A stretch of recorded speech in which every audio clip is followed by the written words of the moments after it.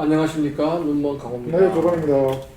2022년 4월 25일 포드란 무엇인가? 그걸 아직도 모른다는 말이에요? 파도 모르겠습니다. 포드란 무엇인가? 포드란 무엇인가?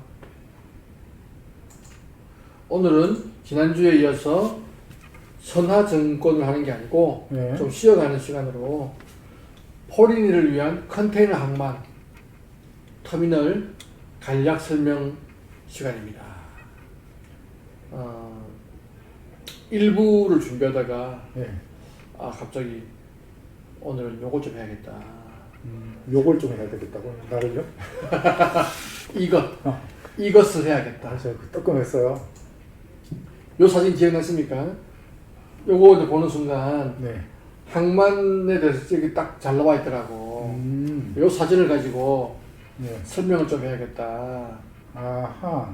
생각이 들었습니다. 저 어디서 많이 본 그림인데, 저거? 아까 일부에서 했잖아. 그렇구나. 요 줄을 쫙 껐죠. 네. 저게 이제 저 항만 터미널하고 바다하고 저 경계되는 그러네요. 선이죠. 저 선 저거를 뭐라고 하느냐? 선석. 저 앞에 bird. 배 뜨는 자리에서. bird. 선석이 배선자에 자리 석자잖아. 배가 붙는 자리. 네, 그 배 붙는 자리. 영어로는 bird. 명사로도 쓰고 동사로도 쓰죠.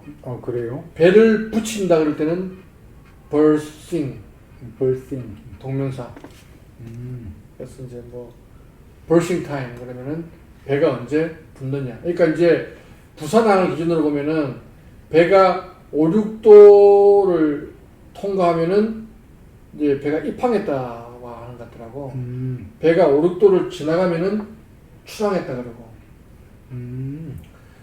물론 이제 입항을 하면은 그 이제 서류를 또 항만청에 접수를 해야지 공식적으로 이제 입항이 된 거지만 배가 기준으로 할 때는 5, 6도하고 뭐 어디하고 이렇게 이어진 선을 이렇게 통과하면은 배가 출항했다, 입항했다.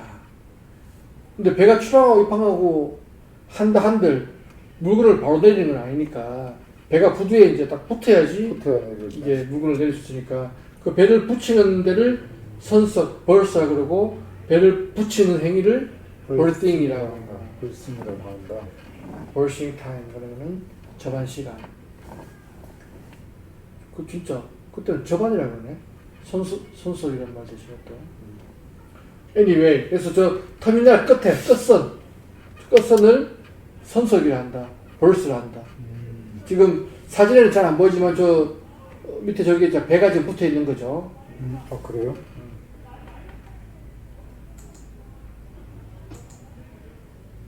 이 파란 선 보입니까? 네. 저 아까 그 선석 berth에서 저 지금 차선 저 끝까지 네. 저까지를 뭐라 부르느냐? apron. 앞치마요? 앞치마. 저거는 이제 설명하면 하역 작업 공간이다. 저기서 하는 뭐죠? 짐하자. 내린다의 하가 아니고 네. 짐을 이렇게 싣고 내리고 하는 네. 작업하는 공간이다. 네.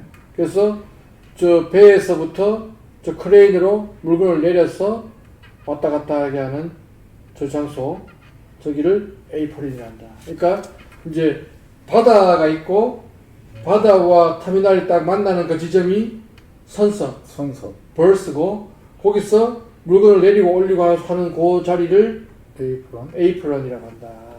에이프론. 앞치마라 한다.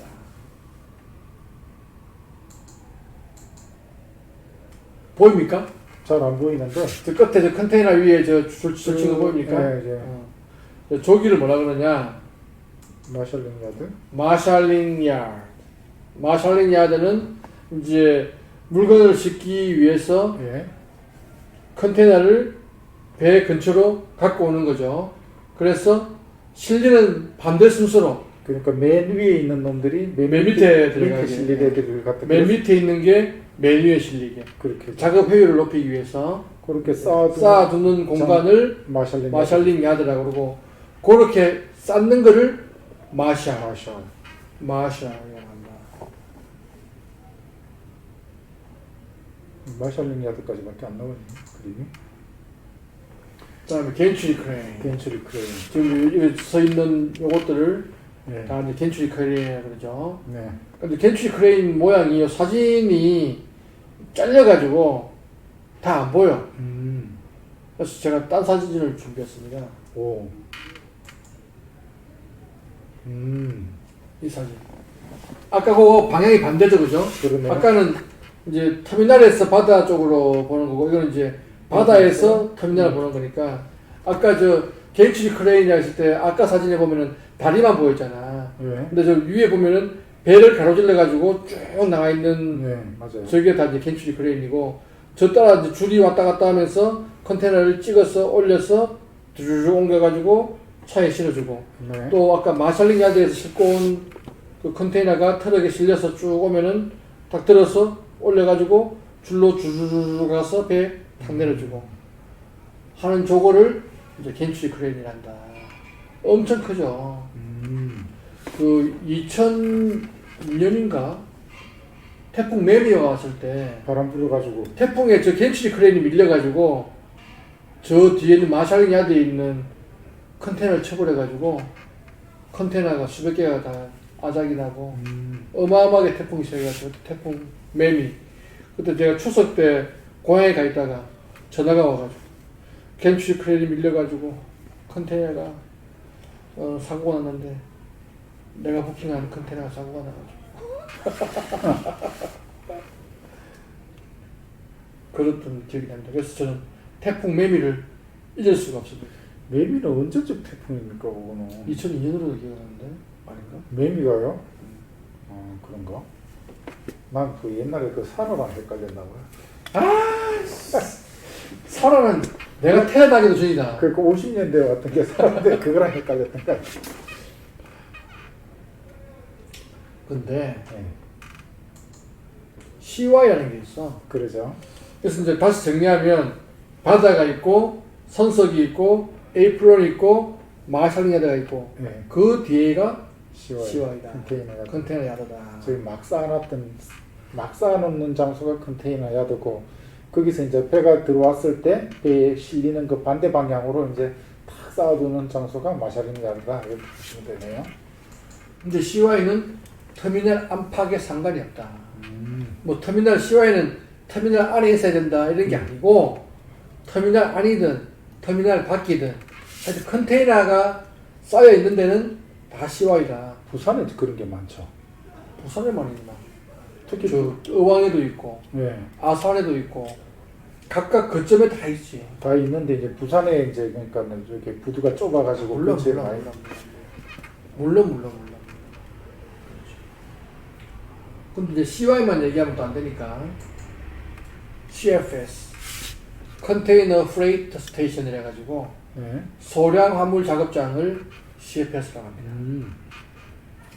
컨테이너 야드는 이제 컨테이너만 있는 거고 네. 이제 CFS는 뭐냐 그러면 컨테이너 하나를 사용할 수 없는 소량의 화물을 화물들은 컨테이너에 적입하는 것이거나 네. 또는 반대로 수입되어 들어왔는데 컨테이너 하나를 다 못 쓰고 다- 여러 화물들이 같이 이제 컨테이너 안에 쌓여 있으면 그걸 다시 빼가지고 그래서 보관하고 있는.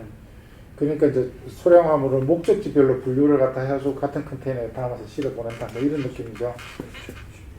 그래서 CFS는 옛날에 내가 신입사원 때 좀 컨테이너 배도 작고 컨테이너 터미널도 작을 때는 저 터미널 한쪽 구석에 CFS가 있는 경우도 있었어요. 근데 요즘처럼 이제 터미널도 커지고 그다음 아주 효율이 중요한 이럴 때는 이제 CFS는 대체로 이제 터미널 밖에 있어요. 밖에서 작업하고 이제 안으로 들어오는 거죠. 왜냐면 그 안에서 저기 있으면 그 전문용어로 걸리적거리니까 글리지 끄는 게 전문용어예요. 그래서 CFS는 요즘은 터미널 아래에 있는 경우는 없다. 아니 물론 좀 작은 컨테이너 항구에서는 그런 경우도 있는데 뭐 부산 신항이나 이런 인천 큰 터미널에서는 CFS는 대부분 다 밖에 있다. 그렇다고 100% 밖에 있느냐? 그건 아니고 대체로 그렇다.